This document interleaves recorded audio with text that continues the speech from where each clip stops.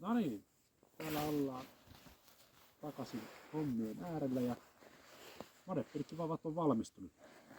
Ja 2 erilaista. Vapamallia, toinen on tämmönen pitempi, joka on erityisesti suunniteltu sitä varten, että voi uittaa näitä tämän mallisia madepilkkejä. Jolla ehkä paras tapa uittaa on tälleen pikkasen nostaen ja laskeen sillä, että ei kokonaan irtoa tuolta pohjasta, mutta vähän tälleen hitaasti. Tähän on erityisen sopivasti tää, että tää on vähän pidempi, tää vapa. Ja sen uitto näin sitten on varsin helppoa. Jos nämä on kuitenkin aika jämäköitä nämä vavat.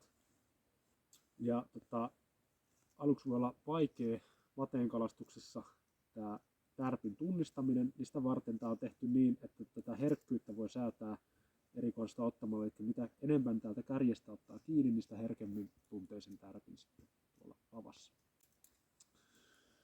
No sitten mulla on tämmönen toinen malli kanssa. Tässä näin tämmönen pienempi, ja se on sitten, jotkut tykkää tästä pienemmästä sen takia, että esimerkiksi tämmöistä maden morria on huomattavasti helpompi sitten pomputella tälleen pohjassa. Tälleen näin. Ja tää on varsin helppo. Niin. Mutta mä itse tykkään tästä isommasta vavasta. Tää on niinku siinä mielessä monikäyttöisempi, että tällä samalla tavalla toi pomputtelu onnistuu pohjassa ottamalla vähän lähempää sitten kiinni täältä kärjestä. Samalla se on aika herkkä sitten toimimaan.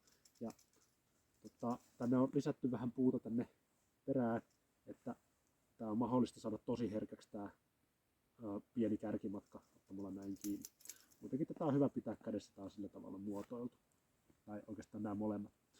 Ja sitten tää on sillä tavalla maalattu punaiseksi, että monesti mun mielestä paras tapa, kun made iskee, varsinkin jos yhtään syvemmässä ollaan, on se, että heitetään tää vapa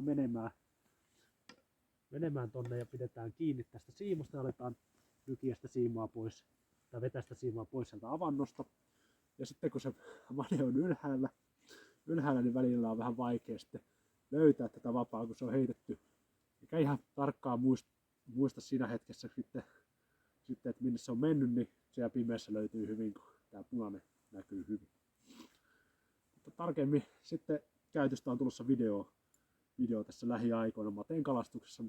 Nyt tässä on näitä saatu tehtyä ja ennakkotilaukset on jo saatu tehtyä, niin nyt voidaan sitten taas keskittyä itse kalastukseen paremmin samalla kun sää vähän lämpenee.